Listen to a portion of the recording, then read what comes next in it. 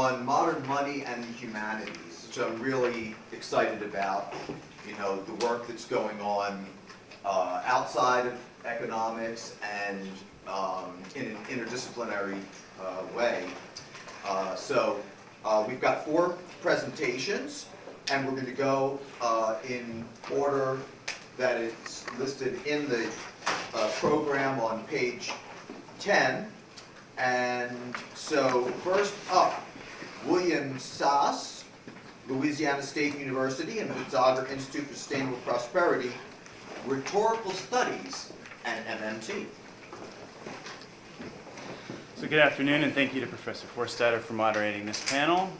Thank you also to the organizers for making this conference happen, to the binzagr-institute for Sustainable Prosperity for sponsoring this panel, and to Louisa, Max, and Scott, look at that, that's actually how it's arranged, for their fellowship as we move forward to develop and deepen the connection between MMT and the humanities. This is a very special event, and I'm honored to have the opportunity to be here and share my ideas with you all.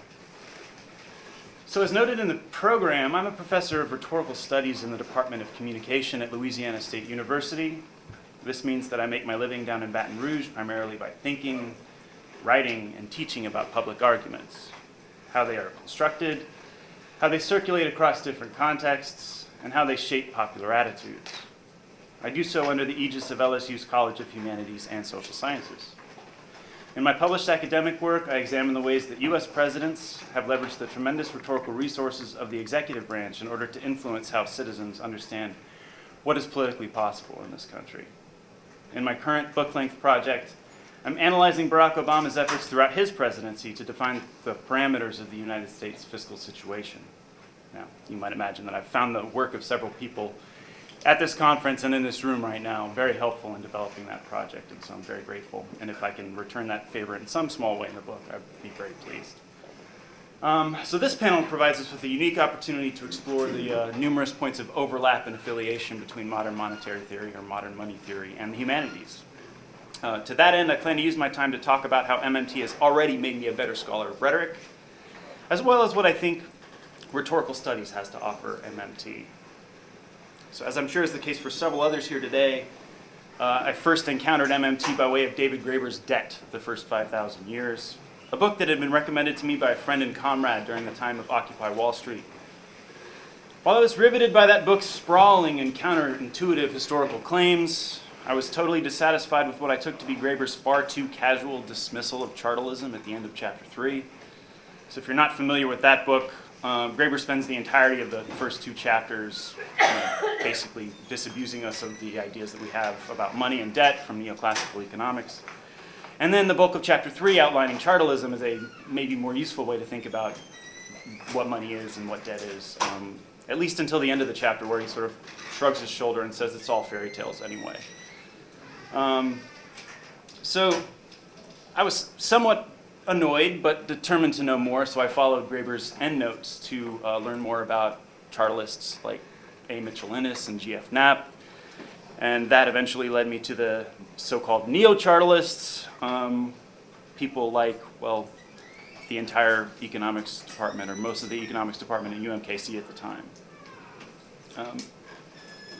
I was floored by the apocalyptic implications of what chartalism and MMT had to say about money. That money wasn't a thing or commodity at all, but instead a vital apparatus of governance and a representation of a relationship of indebtedness, or an IOU. What's more, MMT's insistence that a sovereign government does not need to generate revenue in order to pay for anything, but may at any time choose to channel its sovereign fiscal authority to provide for the full employment of all of the nation's resources, resonated strongly with my political leanings in a way that David Graeber's book did not. So as I got further into the MMT literature, I thought, if money is an IOU, and an IOU is a promise, and a promise is a rhetorical form, and rhetorical scholars study rhetorical forms, then surely someone in my field is already onto this stuff. But a review of the rhetoric literature turned up nearly nothing. In fact, the more I learned about MMT, the clearer it became to me that rhetorical scholars had unreflexively imported all of the blind spots of orthodox money theory. In the big picture, this means that pretty much no one discusses or analyzes the role of money in economic discourse in my field. As a result, we get some otherwise very sharp analyses of economic policy debates that uncritically accept and thereby reinforce faulty neoclassical assumptions about federal deficits, national debt, and taxation. And when rhetorical scholars do talk about money, they tend to figure it in Habermasian terms, as an apolitical, quantitative instrument that is interesting or noteworthy only insofar as it interferes with or otherwise diminishes the possibility of meaningful communication. If only we could somehow isolate or banish money and its corrupting influence from the public sphere, some of this latter literature either advocates for or directly implies, then we'd be able to talk and argue more rationally, more purely. To paraphrase sociologist Jeffrey Ingham, who noticed a similar trend in his field, and the mistaken belief that it is essentially an economic phenomenon, rhetorical scholars appear to have abnegated all responsibility for the study of money as such, by either simply ignoring it or uncritically accepting orthodox economic analysis. So if nothing else then, MMT has made me a better critic of rhetoric and political economy by furnishing me with the means to see what my colleagues have so far failed to notice. That's an exhilarating position to be in. And as my friend and trusty interlocutor Scott can attest, I've been doing everything I can to address the money-shaped blind spot in my field. Alongside my work on the rhetorical presidency, I've also been developing an essay that attempts to leverage the work of MMT to argue that money is itself a rhetorical object, and one that plays an indispensable role in delimiting the horizons of political and economic possibility in the modern world. My efforts have so far met with mixed results. To summarize briefly, I'll say that I found MMT to be a crowd favorite at my discipline's conferences, while reviewers in my field's premier journals have proven to be a much harsher audience. In the context of blind peer review, nothing is quite so horrifying as having a Paul Krugman editorial used against you in a formal rejection letter. Frustrations of the heterodox indeed. I'm sure that no one in this audience can relate. So much like MMT, I'm having my own troublesome encounters with the orthodox frame in rhetorical studies. But given the great and inspiring recent successes of some of my friends in the humanities, as well as the amazing opportunities for collaborative research that have emerged in some of the private Facebook groups like Critique After MMT and Law, Money, and Finance, I'm more than confident that MMT will break into the rhetoric journals soon. I can also proudly report that I've invited esteemed professor and friend of MMT, John T. Harvey, to deliver a keynote address to an audience of communication scholars at this year's meeting of my National Professional Association. Here's a shameless plug. If you're in the Dallas area on November 15th, you should come listen to Professor Harvey talk about Keynes and communication at the Economics, Communication, and Society pre-conference. Plug over. In the meantime, if we understand the enterprise of rhetorical criticism to be the study of how we use language to define political reality, then it is also the case that many MMTers are already quite good at doing rhetorical criticism, even if they don't call it that. Drawing primarily from the work of Lakoff and Johnson on metaphors and frames, people like Louisa Connors, Bill Mitchell, Randall Ray, Stephanie Kelton, and several others have made plain just how foundational the faulty metaphors of neoclassical economics are to contemporary political life. They've also used Lakoff and Johnson to articulate useful new ways to speak and think econ in an MMT-friendly frame. We've got some new means to work with. But I think that in order for MMT to more fully account for and overturn the bad assumptions and shady rhetorical strategies that authorize and undergird mainstream economic discourse, we will need to go further than Lakoff and Johnson alone are able to take us. And here's where I think that rhetorical studies can be of service to MMT. Put simply, we have about 2,000 years worth of rhetorical theory and method, from Aristotle to the belletrists to Kenneth Burke, that can be mobilized to help MMT to advance its rhetorical project, to develop new memes. And perhaps as importantly, we've got a bunch of very smart people in my field who'll be able to lend a hand once we get past the whole not talking about money thing. So I'll close with a brief demonstration of how I think rhetorical studies can be of use to MMT. Now, I'd wager that all of us in this room, and probably most watching at home, understand that the phrase taxpayer money has no place in federal public policy debates. Absolutely no insight into the operational realities of the U.S. fiscal situation can be gleaned from the phrase, only confusion and misguided policy outcomes. And this is true no matter how we feel about Steve Mnuchin's plans to charter a government plane in order that he might more luxuriously consummate his recent marriage, or how much we may feel that a given foreign intervention is the wrong application of American military force. As we know, federal taxes serve three functions. They drive money, they prevent excess demand, and they influence choice. They resolutely do not pay for anything. From the perspective of metaphoric analysis, we can clearly see, again, as many MMTers have, that the taxpayer money trope functions in federal public policy discourse to frame the federal government as revenue constrained, perhaps like a private household or firm, and so dependent on the revenue generated from tax collection to pay for stuff.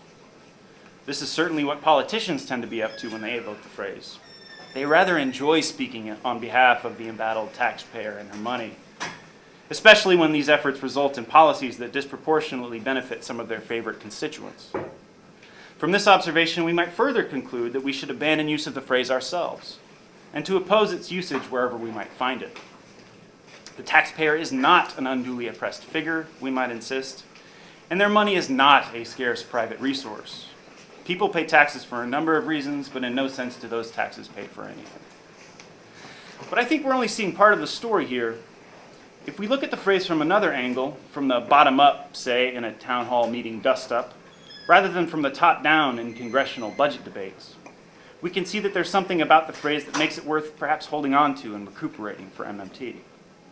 In fact, what I as a rhetorical critic find most compelling about the trope is the way that it calls an audience of taxpayers, as opposed to people, citizens, or humans, into being.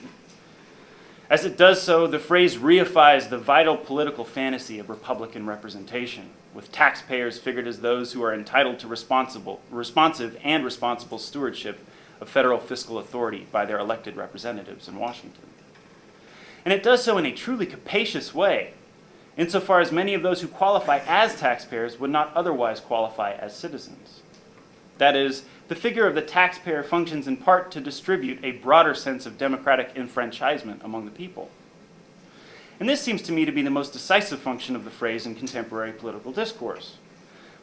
When people object to Mnuchin's government-funded romantic getaway, or the expenditure of trillions of dollars to finance our military adventures in the Middle East, or even government funding of social welfare programs, they are probably objecting first to the perceived bad behavior of their representatives and other officials in Washington, rather than to the violation of some sacrosanct principle of home economics, or staking a claim about the nature of modern money. They may get there, but I don't think that concern for balancing the budget is the first or most grievous objection the average person has to perceived abuses of the power of the public purse. Rather, I think they understand it as an abrogation of their rightful claim to responsible, accountable, maybe transparent political representation. And Lord knows that we are today rather short on reliable means to demand accountability from our political representatives. Rhetorical Studies offers us a handy theoretical vantage from which we can critically account for the capacity of the taxpayer money trope to call a particular audience into being.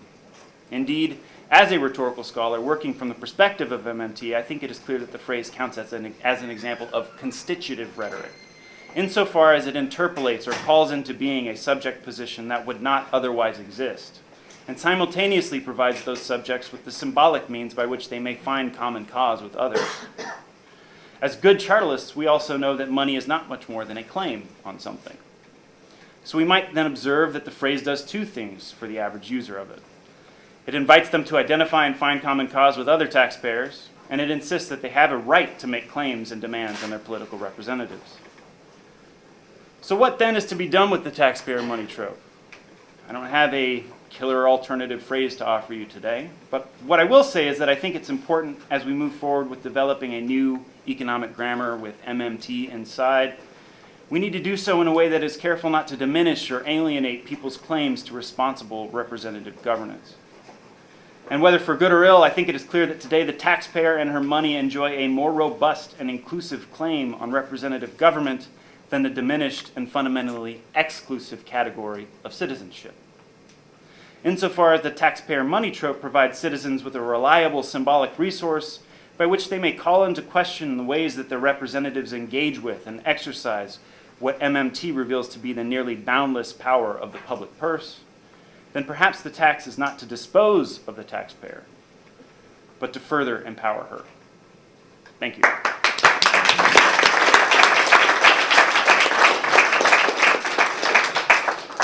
Thank you very much. And the next paper is by Scott Ferguson, who is from University of South Florida and binzagr-institute for Sustainable Prosperity. And Scott today is speaking on maintenance art, modern money and the future of the aesthetic. I am, although I have taken the first part of the title away because I've decided to focus on another part of the talk. So now it's just called Modern Money and the Future of the Aesthetic. And I'll say that this is a theoretical talk, a theoretical historical talk. We were in an earlier panel, and there's great desire for the bumper sticker, and I'm all for the bumper sticker, but we in the humanities, we like to complicate things too. So we have bumper stickers, and then we have longer, complicated engagements, and so that's what I'm bringing to you today. Okay. So, in my forthcoming book, Declarations of Dependence, Money, Aesthetics, and the Politics of Care, I inaugurate what I hope to be a long and fruitful dialogue between modern monetary theory and the humanities. Here I gesture to some of the results of that work, focusing on what I think MMT brings to the humanistic study of aesthetics in particular. Aesthetics is an expansive and foundational category in the humanities, organizing institutions and disciplines, research and pedagogy. Typically, I engage aesthetics through the lens of film and media studies. In my book, however, I question the political and historical construction of the aesthetic more broadly. I contend that the social and historical forms that organize modern aesthetic thought and practice are themselves thoroughly shaped by an impoverished liberal conception of money. Albeit in variegated ways, liberal political economy imagines money as a private, finite, and decentralized exchange relation. While socially constructed and utterly abstract, liberal money is characterized by its seeming phenomenological immediacy, or thisness, and is thought to be alienable like a finite substance. By contrast, I claim that humanists need to rethink the history of aesthetics as one that is deeply contingent upon the boundless public money instrument that MMT makes visible.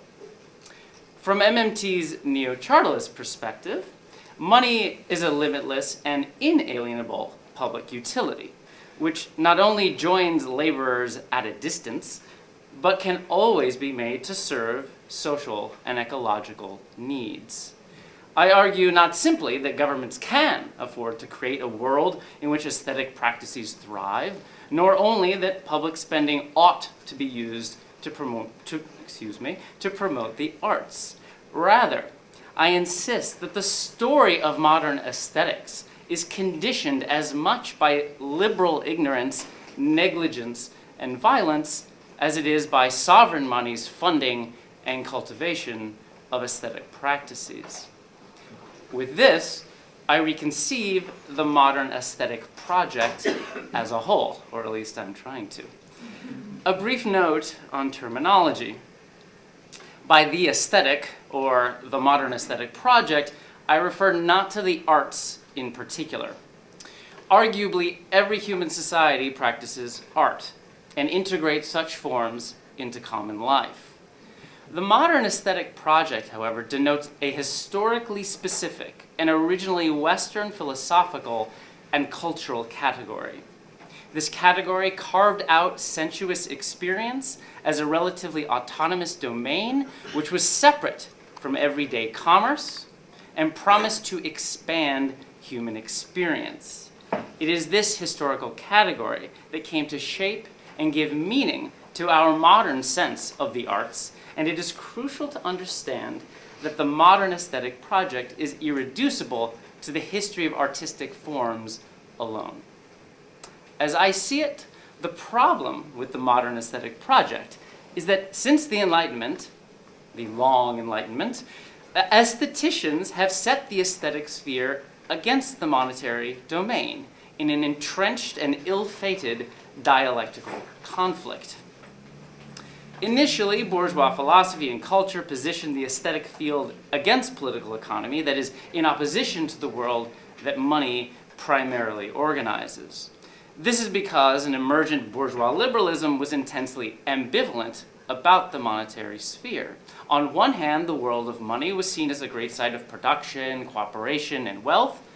On the other hand, it was understood to be a highly imperfect domain marked by homogenizing calculations, private competition, uncertainty, risk, deception, and both material and social privation.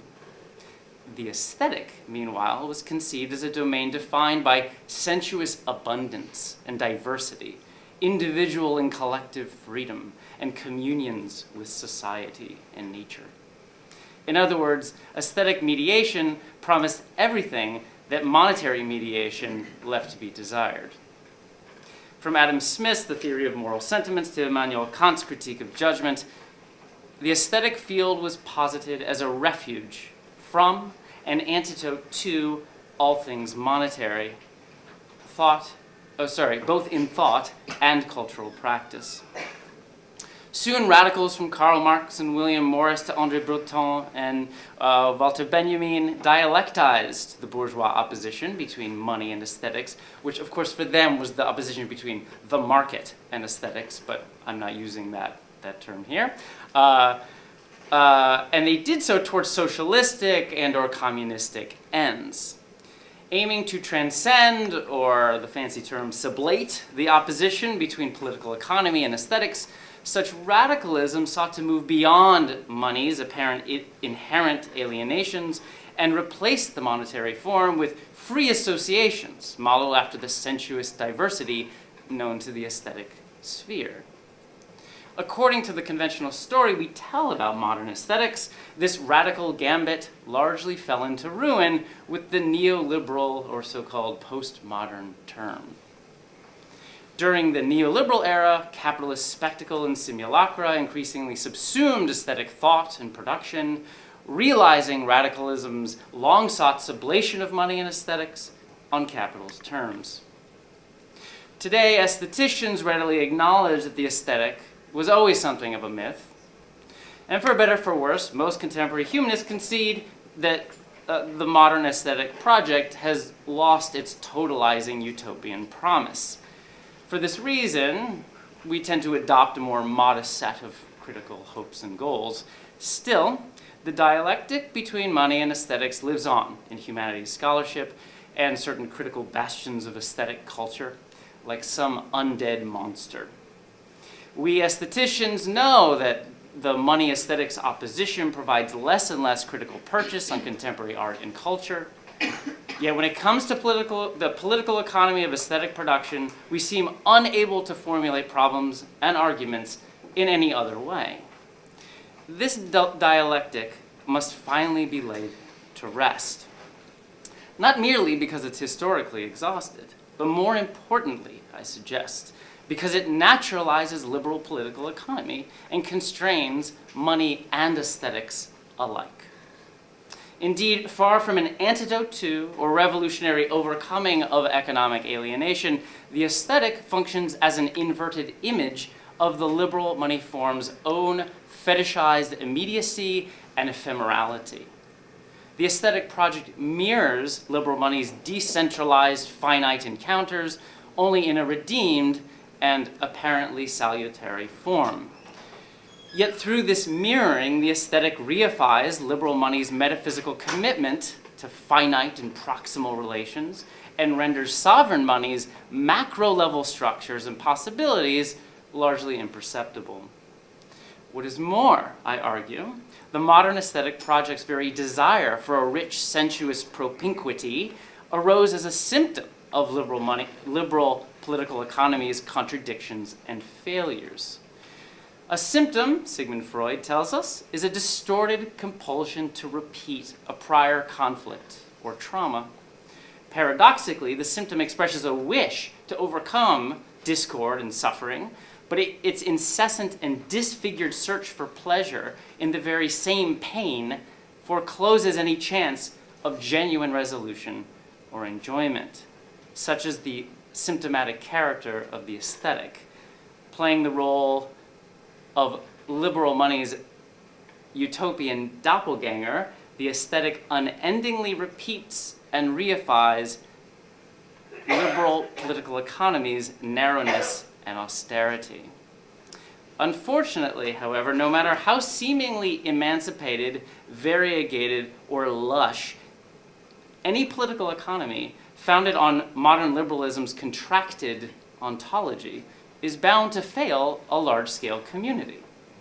In this way, the aesthetic project expresses at once the tragedy of liberal privation, liberal modernity's desire for something better, and a collective incapacity to imagine otherwise.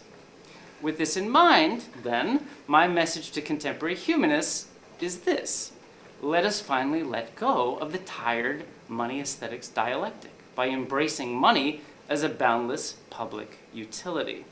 Let us also unapologetically affirm the fact that money is the primary medium upon which aesthetic thought and practice depend.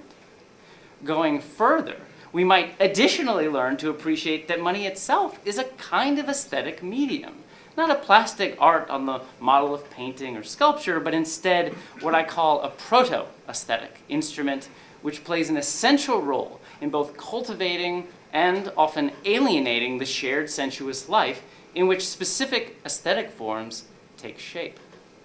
Humanities scholars ought to pay keen attention to money's proto-aesthetic field and refuse the impulse to historicize aesthetics solely against the backdrop of private exploitation and alleged market crises. To be sure, aesthetic thought and practice ought to remain a site of critique and resistance, exposing unjust systems that privilege capitalists over social and ecological well-being. Henceforth, however, humanists must avoid conflating sovereign money and private exploitation while radically rethinking the bankrupt historical categories through which we approach the aesthetics' problems and potentials. Humanistic inquiry needs MMT. The future of the aesthetic depends on it. Thank you.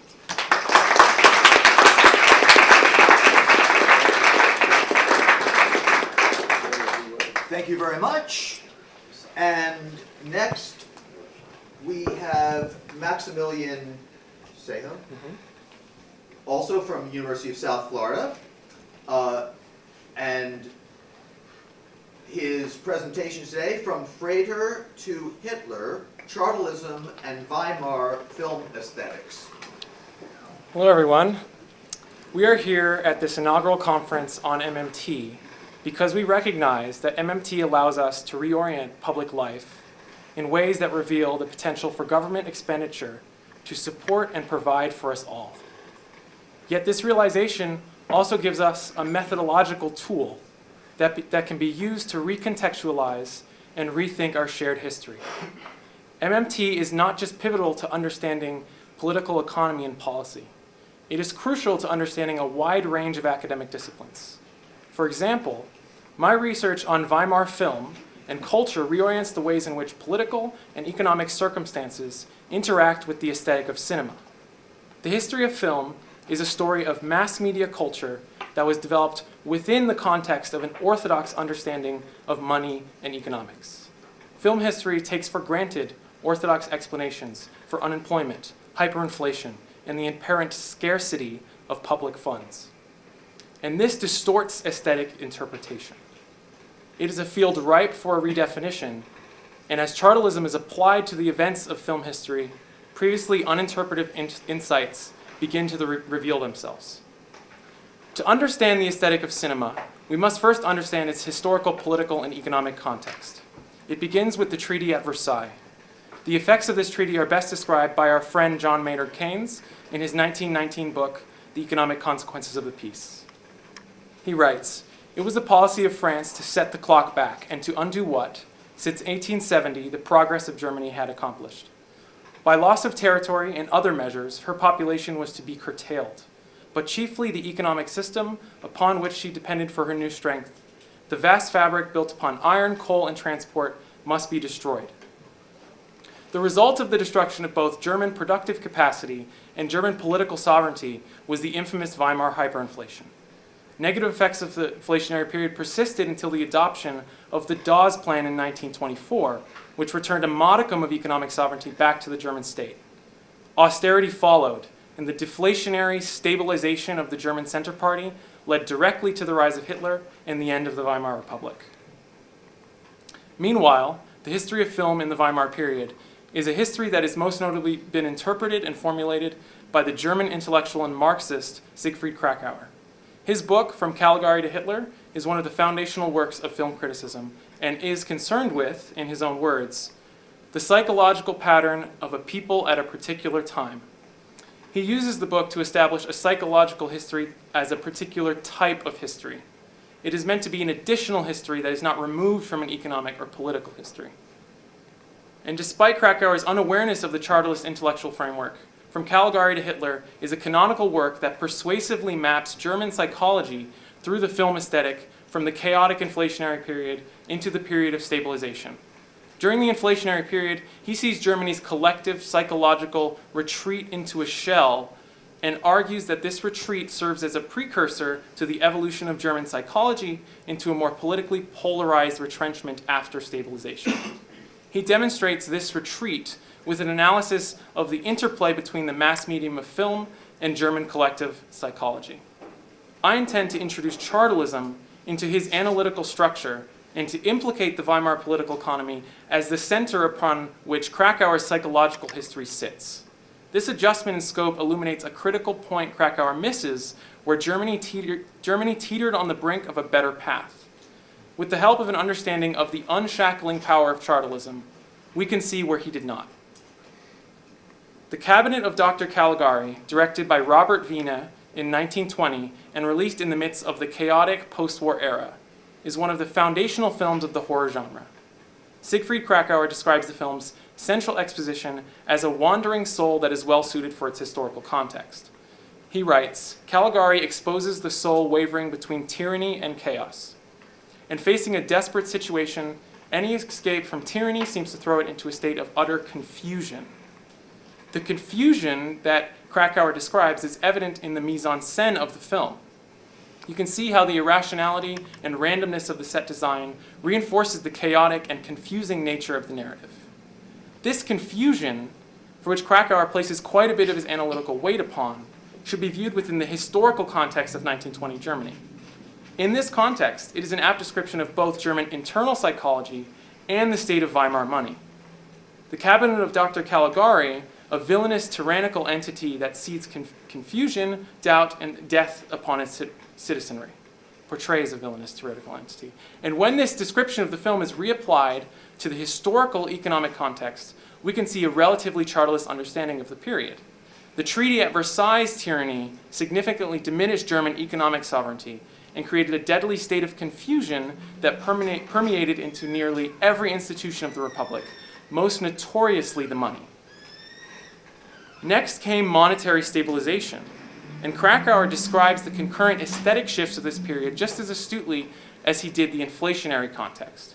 He writes, with the commencement of the Dawes Plan period, the character of German film changed markedly. Now that life had resumed normal aspects and social revolution was no longer impending, the fantastic figures and unreal settings of the post-war screen dissolved into thin air like the vampire Nosferatu. To be sure, studio-minded products persisted long after 1924, but on the whole, the films of the stabilized period turned towards the outer world, shifting the emphasis from apparitions to actual appearances, from imaginary landscapes to natural surroundings. They were essentially realistic. As the Dawes Plan hardened currency and returned a modicum of economic sovereignty back to Germany, German art and consciousness turns its eyes away from erratic villainy of abstraction to a neuzachlichkeit, or new realism. As gravity pulled money back within its means, the aesthetic became overwhelmingly concerned with reality. This late 20s Otto Griebel work is an example of neuzachlichkeit's obsession with reality. Given Krakauer's astute criticism of the Cabinet of Dr. Caligari, as well as his description of the initial effects of the monetary stabilization, it is notable that as he moves towards analyzing some particularly unique films in this period, his insights enter a more uncertain or meandering mode, particularly when he approaches Fritz Lang's Metropolis. In his analysis of Metropolis, Krakauer misses a key moment where the political future of Germany could have taken a different and more optimistic path, similarly to the way in which the German left held itself back in the lead up to Nazism. Krakauer lets his Marxism and its liberal assumption about money and capitalism distort his view of Metropolis and its foreshadowing of social potential. Metropolis, directed by Fritz Lang in 1927, a full 3 years after the Dawes Plan, is an UFA super spectacle centered around class structure and the inherent alienation of capitalism. Here are a few examples of the aesthetic of the film.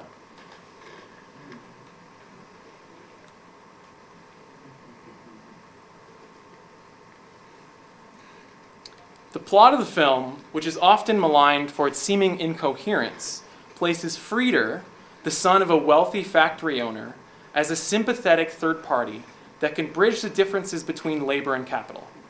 Siegfried Krakauer and other notable film theorists don't show much affection for this film.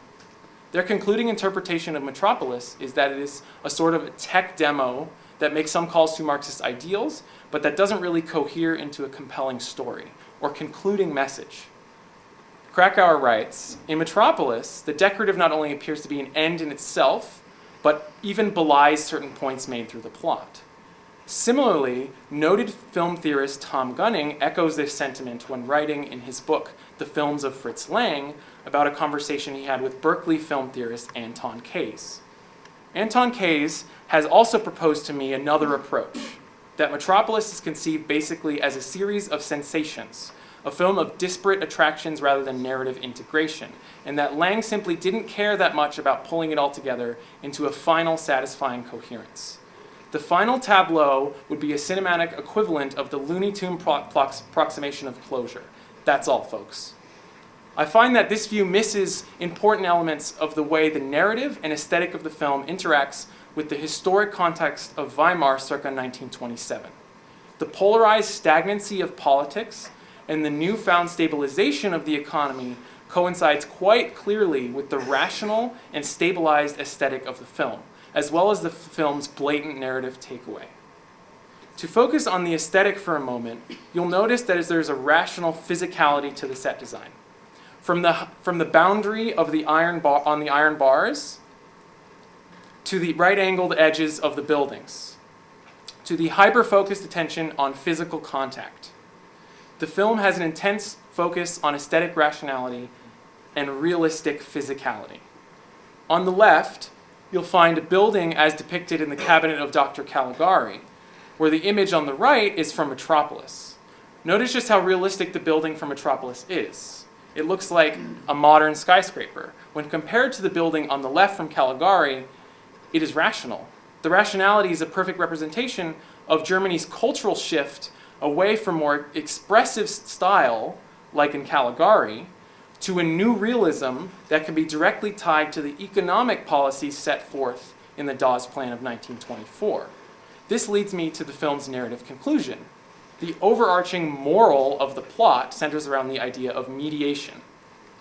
When two zero-sum interests are at war with each other for power, the only way to limit universal destruction is through a mediating force that can reconcile the discrepancy in interests between the groups.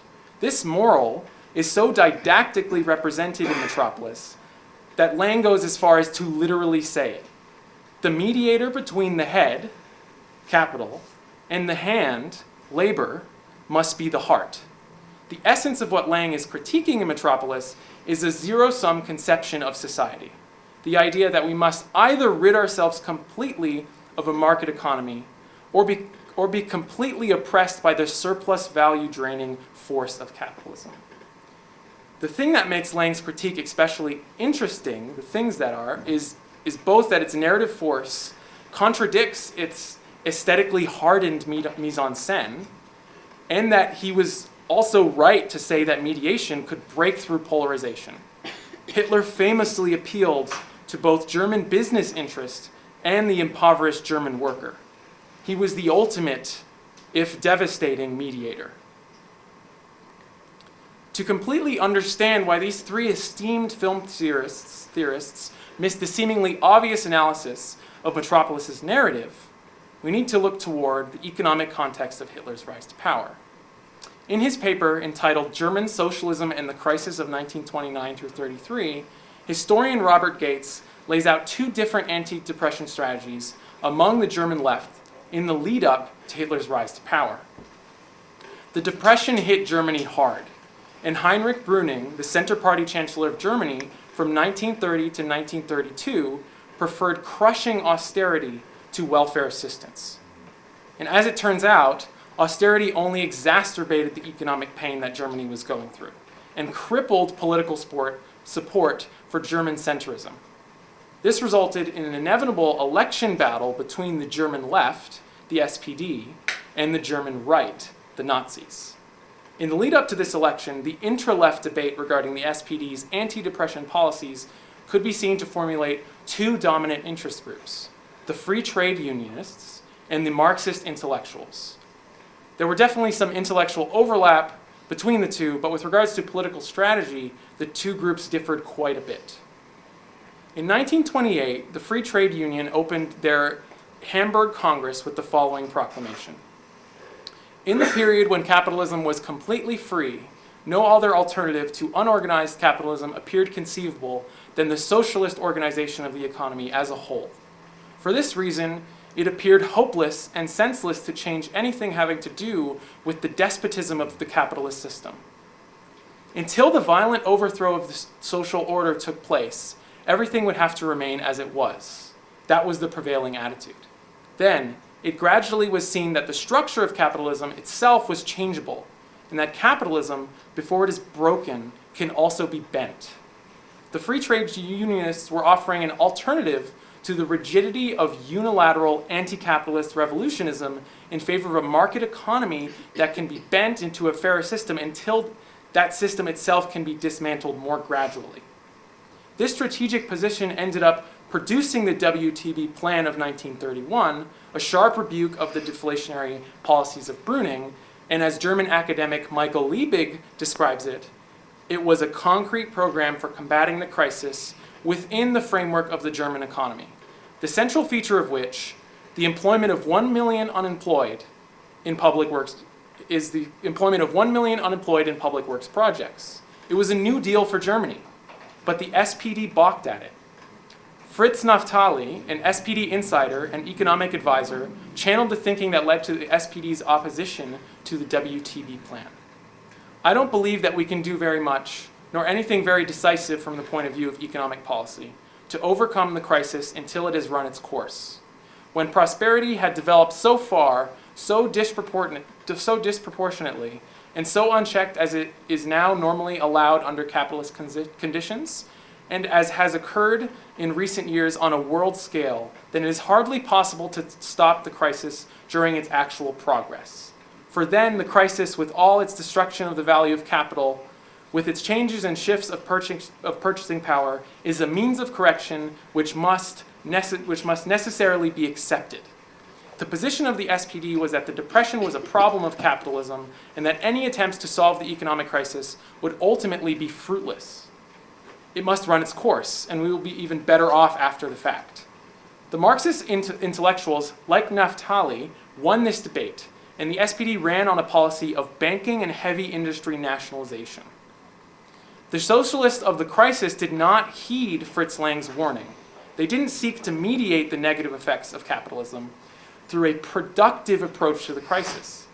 They instead limited their political options and saw the suffering in the German economy as structurally mandated and that a problem that could not be fixed. Their failure as an opposition led to extraordinary levels of death and suffering in the Nazi era. They failed to prevent a wound that affects our culture to this day. Why did Krakauer and others miss this narrative? Why did he not see Metropolis as an important yet unheeded warning? In his introduction of his canonical work on Weimar cinema, he writes, "This book is not concerned with establishing some national character pattern allegedly elevated above history, but it is concerned with the psychological pattern of a people at a particular time. As he says himself, he was not interested in the establishment of a national character pattern, a guiding principle that can reorient the way in which we see historical aesthetic events from both above and within their contexts. I'm interested in doing just that. I see chartalism and the codification of money as the central socializing tool, as a method from which new historical and aesthetic insights can be revealed. Our new leftism needs cultural canon, a guiding aesthetic understanding. Let's focus this canon around a new theoretical understanding of society, modern monetary theory. Thank you.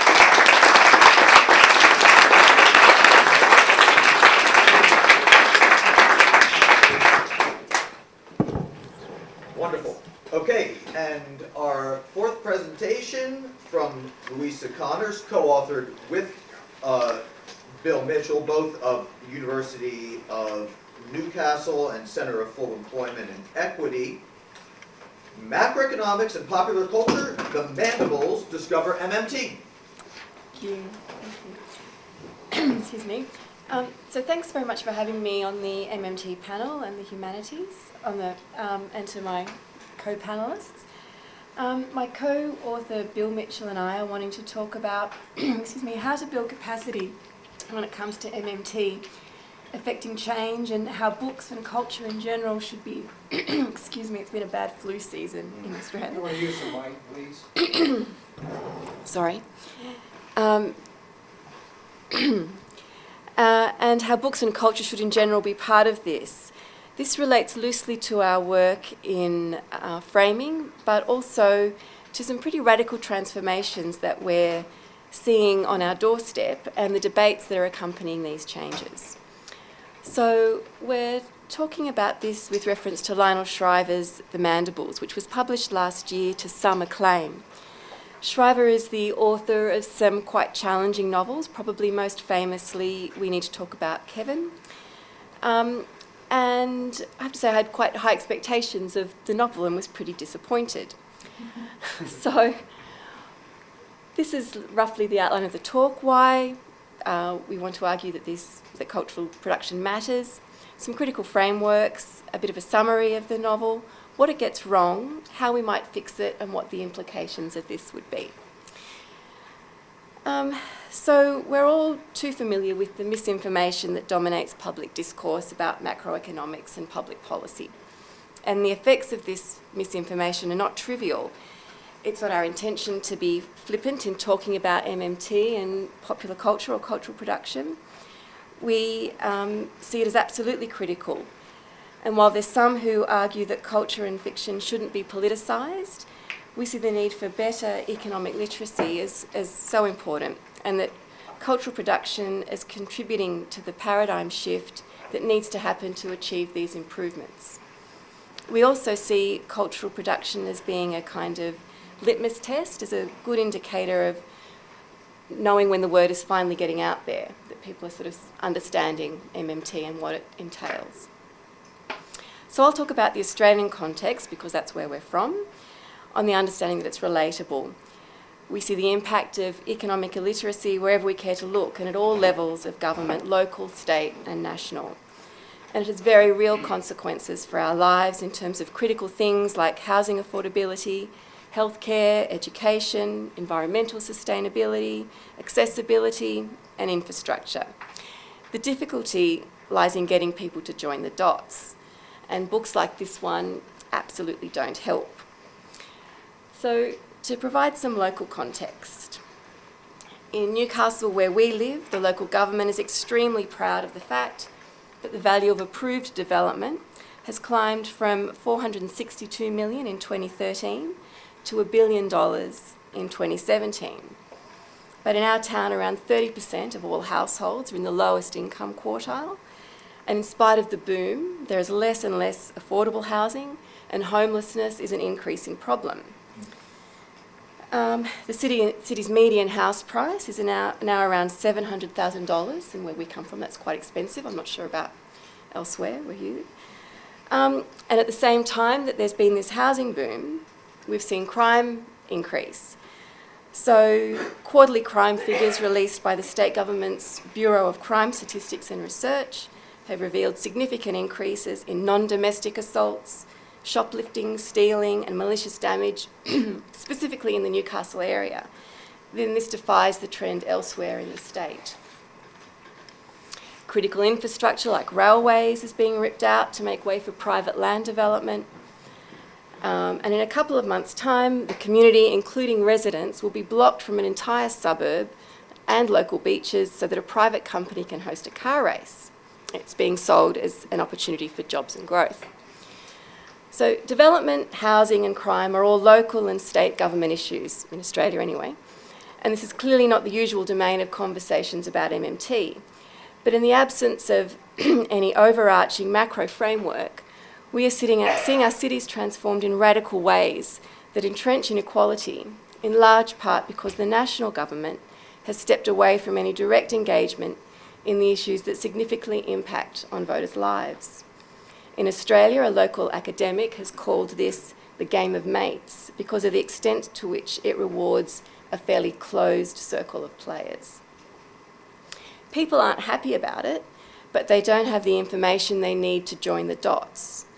Without understanding the fundamentals, people don't realise what is possible, that by not demanding more of their federal government, the currency issuer, they are allowing profit, not the public good, to determine almost everything that matters to our lived experience.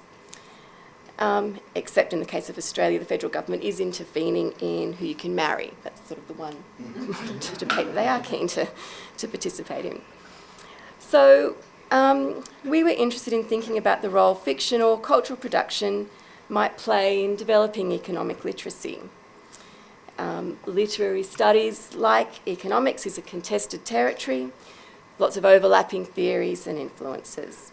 But in general, literary studies has shifted away from formalist approaches with a very narrow focus on texts towards an understanding of how relationships of power and control influence the way meaning is generated, disseminated and challenged. These approaches are significantly informed by the work of Marx and the analysis of the social and material conditions of cultural production. And they promote the idea that in talking about books and culture, we're talking about a kind of cultural poetics. It encourages us to think about the economic and social realities that texts reveal. So what we're talking about here, and what Shriver's also talking about, is the idea of the author as a kind of reformer. This isn't new. Dickens, who was the most popular author of his time, and allegedly Marx was also a fan, wrote passionate social and political critiques. He succeeded in making the public in Victorian England much more aware of the unjust social and economic conditions that workers faced. His novels contributed to debates about burning issues at the time, like industrial conditions and safety, pollution, education, urban planning and poverty. Martha Nussbaum, the other character who's represented on the slide, has written extensively on Dickens and on the role of literature, but in quite a different way to, say, the cultural materialists or new historicists. Nussbaum argues that reading can be seen as a kind of exercise in developing empathy, that it does bring about change, but in a sort of different way. Nussbaum suggests that reading books gives readers the opportunity to creatively inhabit the imagination of another individual, real or imagined. She suggests that reading a book like Hard Times, which is ostensibly an attack on utilitarianism and the Manchester School of Economics, leads readers to understand that economic science should seek a more complicated and philosophically adequate set of foundations. Unfortunately, Shriver's novel does pretty much the opposite. It leads us towards a more vacuous set of economic understandings. So more on that later. I'll just run you through the book quickly. So this is the family tree. It traces the story, the novel traces the story of a family through 18 years of economic chaos after the US government is forced to default on its national debt because it's run out of money, and the US dollar has been rendered worthless in international currency markets. The patriarch, Douglas Mandible, inherited huge wealth from his father, who was an early industrialist. Douglas and his wife had 2 children, before Douglas left to marry the much younger Luella, who has early onset dementia. Douglas's children are Enola, an author who has lived in France much of her adult life. She's independent and eccentric, travels the world with boxes of her novels and the draft material. Douglas's son Carter is a not particularly successful print journalist who's sick of waiting for his inheritance. He's married to Jane, who has run various failed boutique businesses. There's lots of, sort of judgment underpinning all these characters. So they have 3 children, a daughter Florence, who's a humanities graduate with an unsatisfactory job in a homeless shelter. She lives with Esteban, who her sister describes as an undereducated Mexican tour guide. They have a son, Jared, who's a bit of a drifter, who buys a farm and then takes a survivalist turn and disappears to the free state of Nevada to escape the reach of government. And another daughter, Avery, who has a fringy type therapeutic practice and is married to Lowell, a left-wing professor of economics, who the novel presents as struggling with his own irrelevance. Sorry. They have 3 children, Goog, who becomes a really irritating bureaucrat, Savannah, who becomes a prostitute, and Bing, who's a nerd. Florence has a son, Willing, who's a precocious teen and is basically Shriver's economic mouthpiece. The 2 heroes are the shady-looking French resistance type characters on the left, Willing and Enola.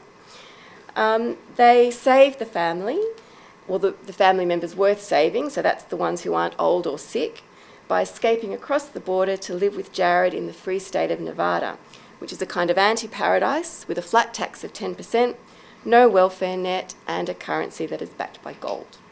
So, in a nutshell.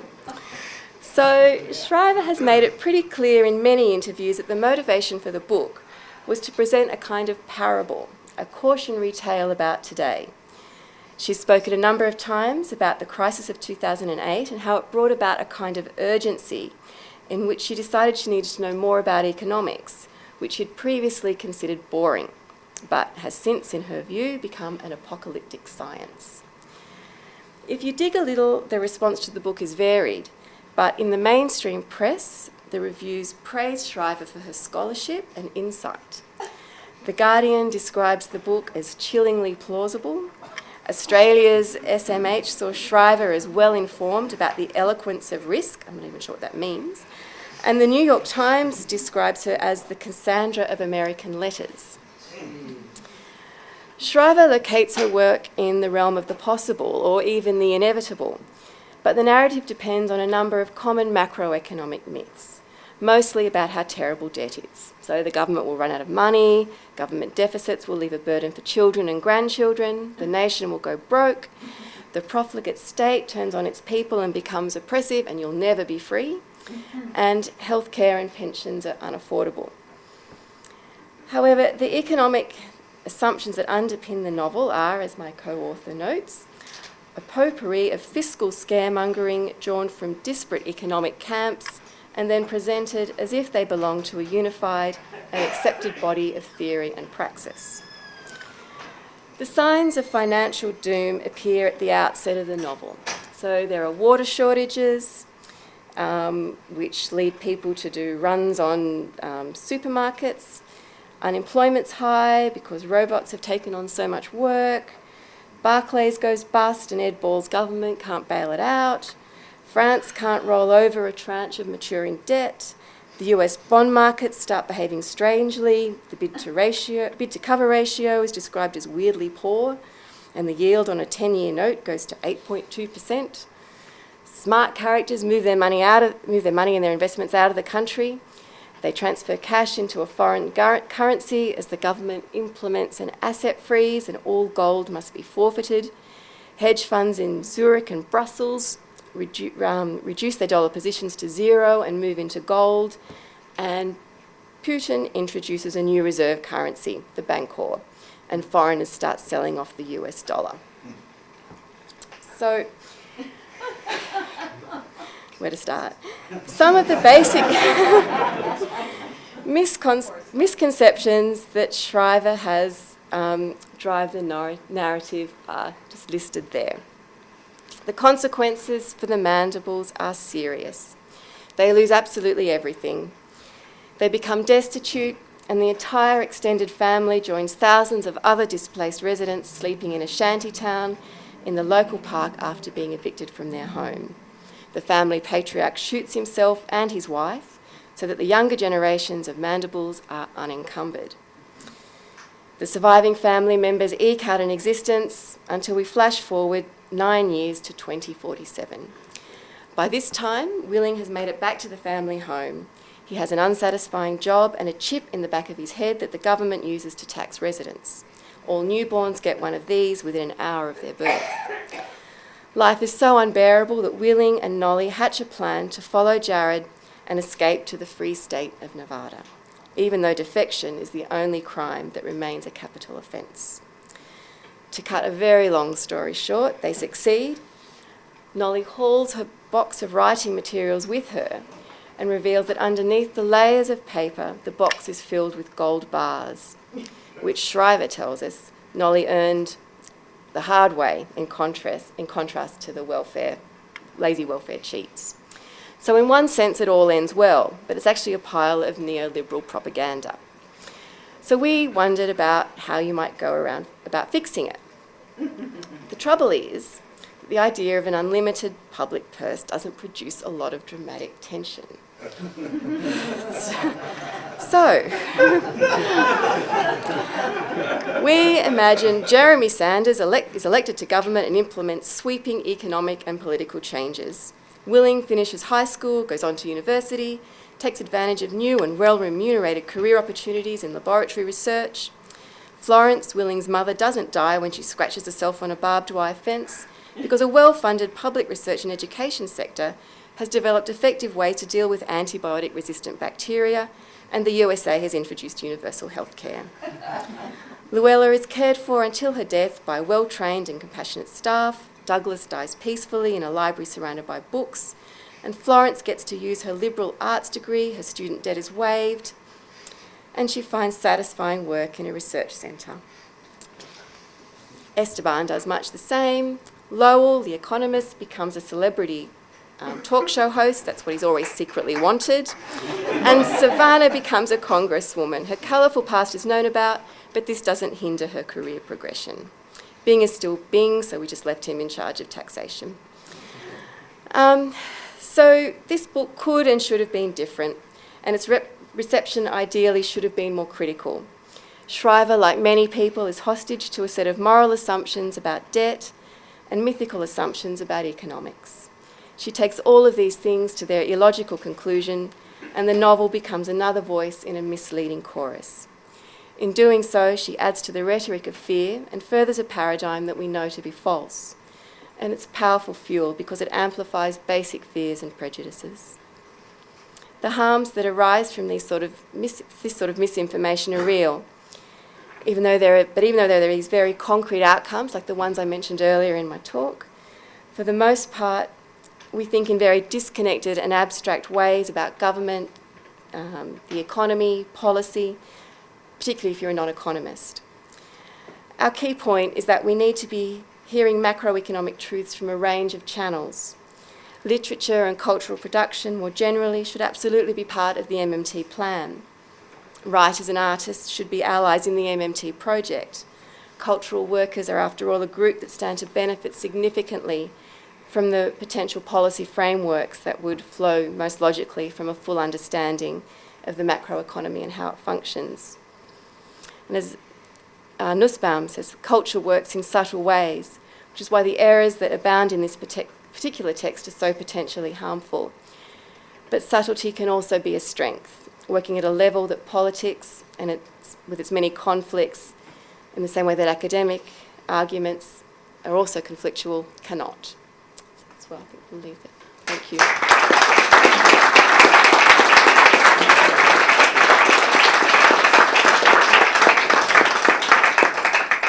Okay, so we've got a good 25 minutes for discussion and I'm going to exploit my role as moderator, call myself first.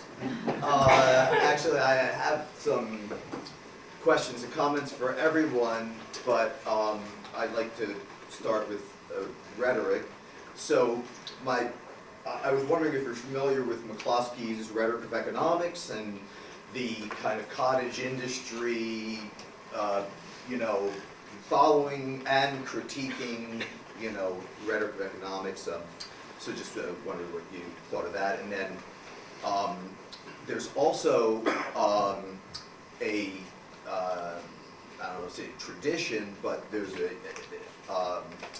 in metalism of viewing money as a language. Steve Horowitz has a whole book where he kind of does that. He's a sort of hermeneutic Austrian guy, and Rich Adelson,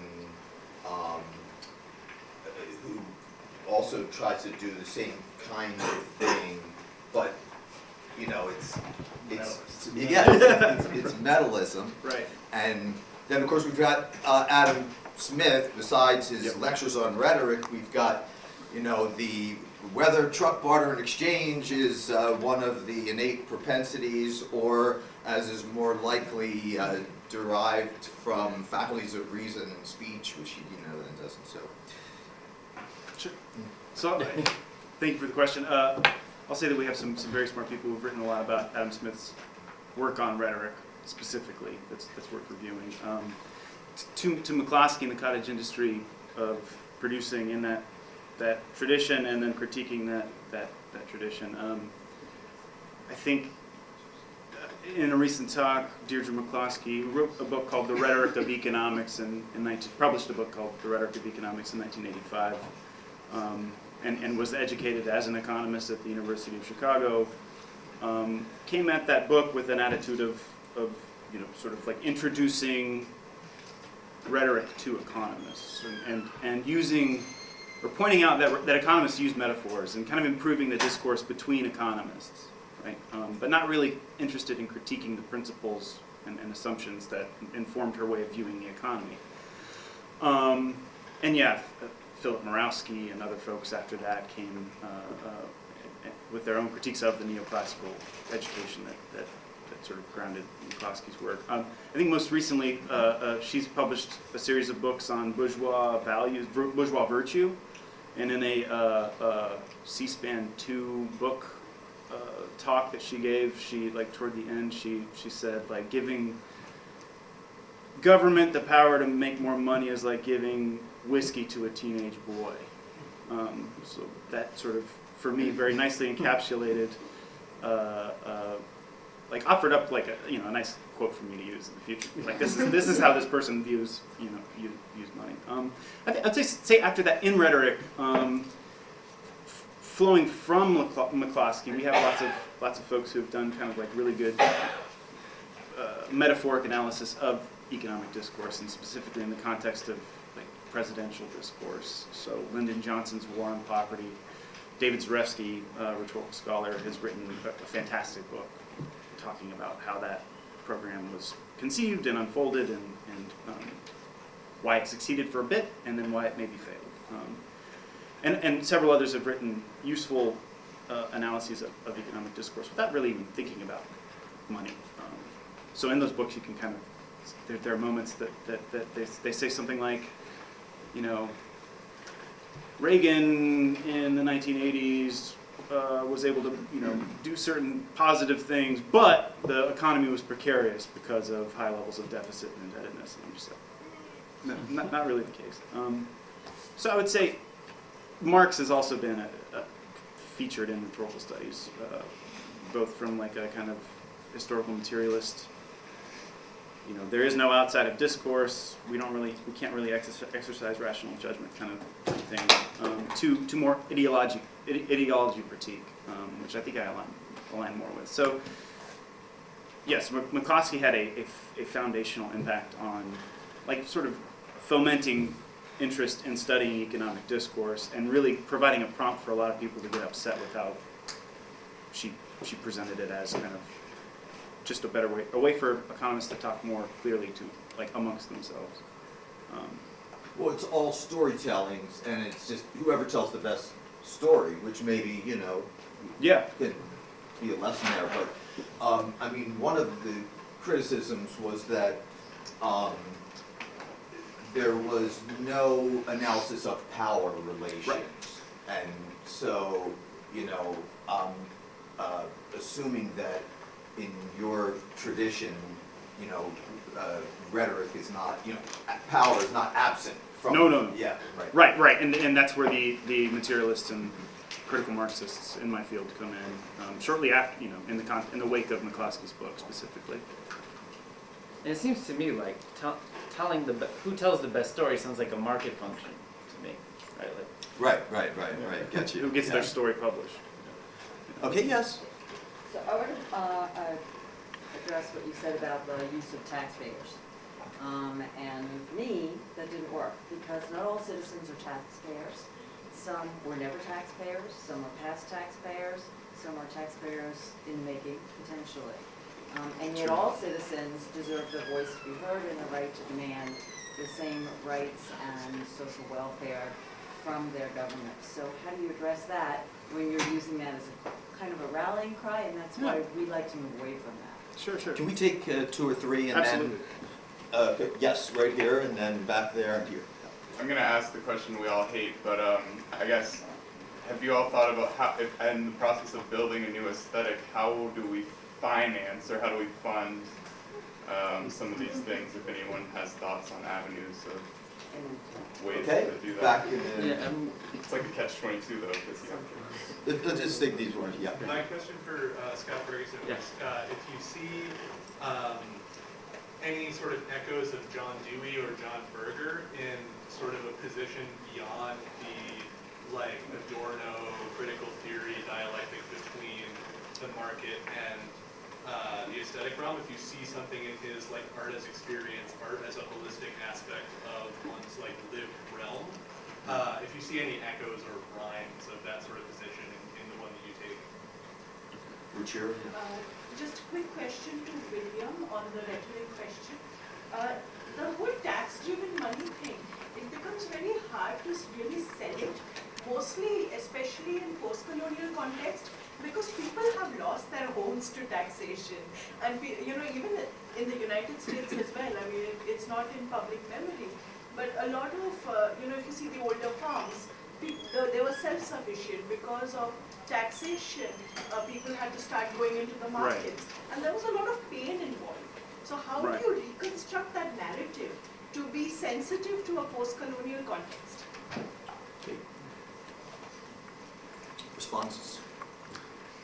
I'm not trying to reclaim or to claim that the taxpayer identity is an unequivocal good. I'm saying that there is an impulse there for someone to identify themselves as a taxpayer, to assume that and to sort of figure their taxpayer money as a claim on their representatives, that I think is worth being sensitive to.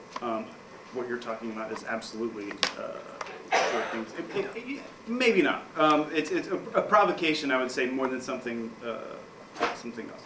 Don't you find it more difficult then to try to explain to him that in reality their tax dollars don't do anything at the federal level, whereas at the state and local levels they do? Right. It's a narrative that's contradictory in the end result, and it still removes from that conversation all those people who are citizens with rights who do not actually involve themselves in the tax-paying community. But insofar as, broadly speaking, taxation is what drives money Yes. and grounds unemployment as a problem, I still think that there's something there. There's a non-zero sum way of figuring the taxpayer. If we have a certain constitutive understanding of taxation that's absolutely not neoclassical and not liberal. I think you're going to confuse more people. I mean, that might be. At the grassroots level, you confuse them. Okay.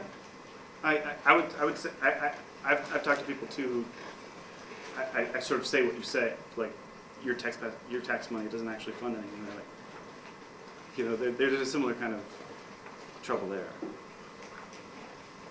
There's a thing in Warren Moser's book, a very powerful image, which is if you pay your taxes in cash and you give them to the government, they will count it carefully, they will give you a receipt for it, and they will shred it. Right. And that's, I think, if you're talking about a rhetorical device Right. that captures that element, it's pretty good. I could address this question in the back. I appreciate the question. I'm neither a Dewey expert nor a John Berger expert. I guess I would say that this opposition is articulated in a number of ways, some more explicitly and strongly, some less so. I guess I think of Dewey as a progressive liberal. So Right. money's not going to be so much a problem. It's going to be a kind of, he's going to be ambivalent, and he's going to want to, he doesn't, my sense is, he's not a revolutionary, and yes, and so there might be some rhyming between what we're doing, but I think maybe the difference is I insist on going through the macro, through tax-driven money and unemployment as a relationship between a people and a government, that I'm not sure that, as wonderful as Dewey is and a great resource, he's approaching it in that way, even if we're maybe trying to meet, right? And so in a certain way, I want to redeem the aesthetic project because I want lush, diverse, open, free, sensuous relationships between everyone, right? But I think that you have to go through the macro and not demonize money, which is essentially a public obligation, as the antithesis of what you're aiming for. And to say something about sort of Billy's talk and the discussion that's been going on, I think we can separate the idea of the tax and the impulse that drives the taxpayer kind of rhetoric that we know is, of course, wrong, but this impulse, right? This will for our representative government to actually express our wants and our needs instead of their corrupt or wasteful wants or needs is something that perhaps should give us hope, because if we can convince them of the error of their structural argument, perhaps then we can convince them, because they already care, that we should have all the things like a job guarantee, universal health care that we want to have. Tim Fong, Modern Money Network. Scott, right. Will do. Thank you to all the panelists. I want to pick up your comment about the sort of inverting, I guess, to summarize this sort of taxpayer rhetoric, because often it's sold as this thing that's taken from me, right? This thing that I am a hardworking person, and I work 60 hours a week, is being taken from me and being given to these lazy people buying steaks with their food stamps and living it up in public housing, which is so amazing. Like, okay. But I think I really want to pick up the thread you had about what his obligation is imposed upon the government. And as my colleague Raul Carrillo often says, your government owes you a job. Hell if they're yeah. going to impose this liability on you, and there's no way to pick it, and there's no other way, right? Right. To obtain that liability. Absolutely. And when we imagine collectively that it is the private sector that is the cause of unemployment, there's no one who's responsible. Nobody owes anybody anything. Yeah. So there's something about this move that Billy's making about politicizing that obligation in an MMT macro, power relationship that there's something to it. But I agree with you that there's some danger in terms of the bumper sticker. Maybe we're not there at the bumper sticker, but at least at the level of thought and furthering our thought, I think that there is something there. So, are people like Ruskin and William Morris, do they come up in your field, aesthetics, or? Yeah, sure. Yeah, they're part of it, right? And I place them in this this attempt to, radicalize the, whatever you want to call it, the bourgeois aesthetic project, where it's about, reimagining political economy on the terms of the aesthetic, right? And so Ruskin and William Morris are,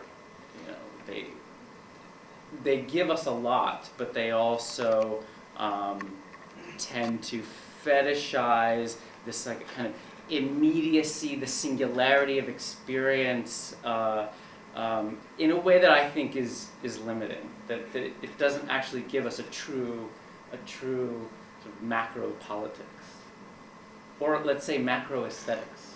I mean, that's another way of thinking about it. How about Margaret Atwood's Payback? Are you familiar with that? Oh, Or- yeah. No, actually, Yes, Bill. Oh, sorry, Bill. Yeah, the problem, the reality is that we are taxpayers who work and pay taxes. So we identify with that fact and a reality. But we also, in a metaphorical sense, the sort of more is up, and we immediately think in a metaphorical sense that that's a bad. Mm-hmm. What you're trying to do, William, is reroute that thinking. But the problem, and what we know in linguistics and cognition and construal, you can do that. But you need to associate it, so you can convert a bad metaphorical conception into a good outcome by linking metaphors, and linking a metaphor that's typically construed as bad to a causation that's typically construed as good, and reverse the metaphorical intent. But the problem is, and it comes back to here, so you could say you can do that rerouting. Now I'm speaking like an American because people say they don't understand. But you can do that rerouting by the way you're trying to do it, by asserting this taxpayer has some sort of legitimacy in a different way, not to fund governments, but to assert a right of citizenship, or a right of authority over the state as our agent. But then you encounter the problem in doing that of dislocating those who don't pay taxes, who have the same right of transparency and accountability and discipline over the state as their agent. That's your danger. Thank you for saying that so much better than I could. No, it wasn't so much better. Can I push back on that? You have a question? Yeah. Very quickly, anybody who buys anything is a taxpayer, directly or indirectly. That's sort of where I was going to go. I think to my interpretation of what Warren says and what MMT offers us in terms of taxation, where we create a list, we say taxation, tithes, fines, right? Do you have an obligation, and are you bound to this system, to this political and economic system? I understand taxation in that way, in that large sense, rather than individual stipulated taxes. Citizenship itself is is exclusive in its own ways. So, in the arts, using part of this in the arts, has anybody considered the aerosol artists that live amongst us and potentially tapping some of them? My son works in the hip hop community, they're amongst aerosol artists all the time, they're pretty much on the cutting edge. And they think about conspiracies, rather than putting their brain in conspiracies, shifting them into this knowledge base and using them as Fabulous. as You've got the connection. Do it. Yes.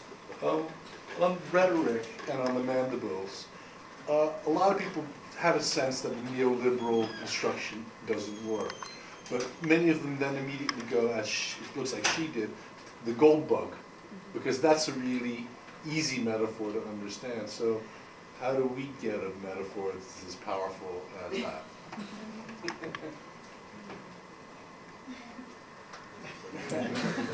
I think that's the question, right? $1 million question.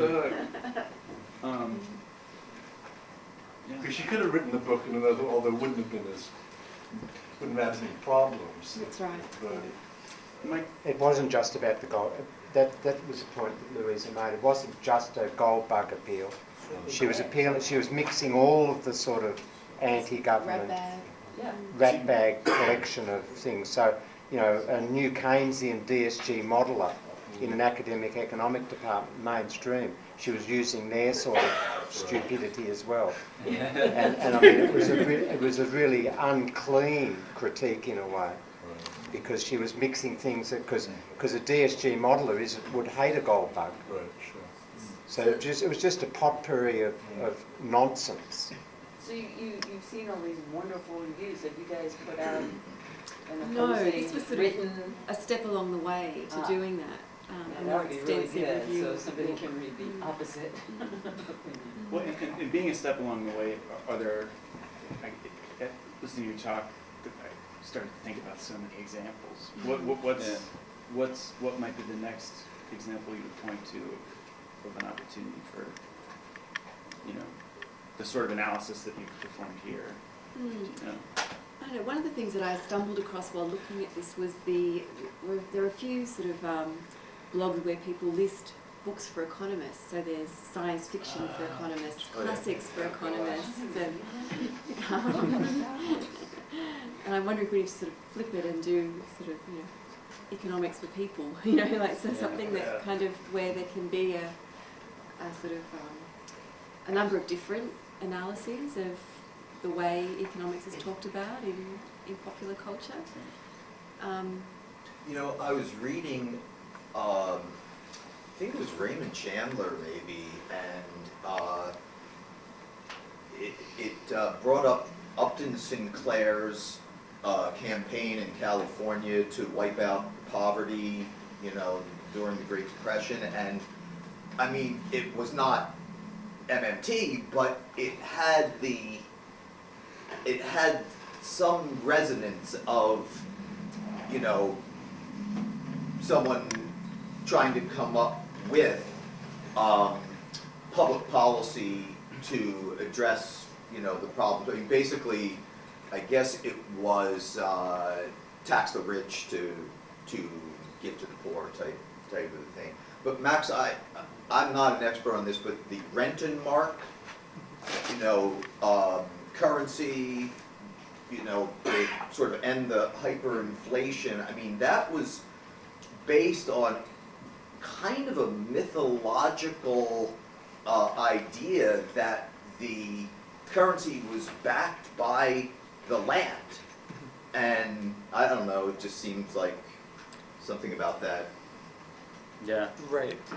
And that starts with the French Revolution, that whole land bag currency thing. That's right. And the very interesting thing about the specific Weimar kind of currency crisis situation, right, is that, right, there's an easy way to say, right, okay, you know, it starts with Versailles, but there's also, like you said, mythological, psychological, metaphysical relations that kind of help create this situation of immense hyperinflation. So, you know, it reminds me of kind of the you know, the different types of, you know, the different categories of inflation.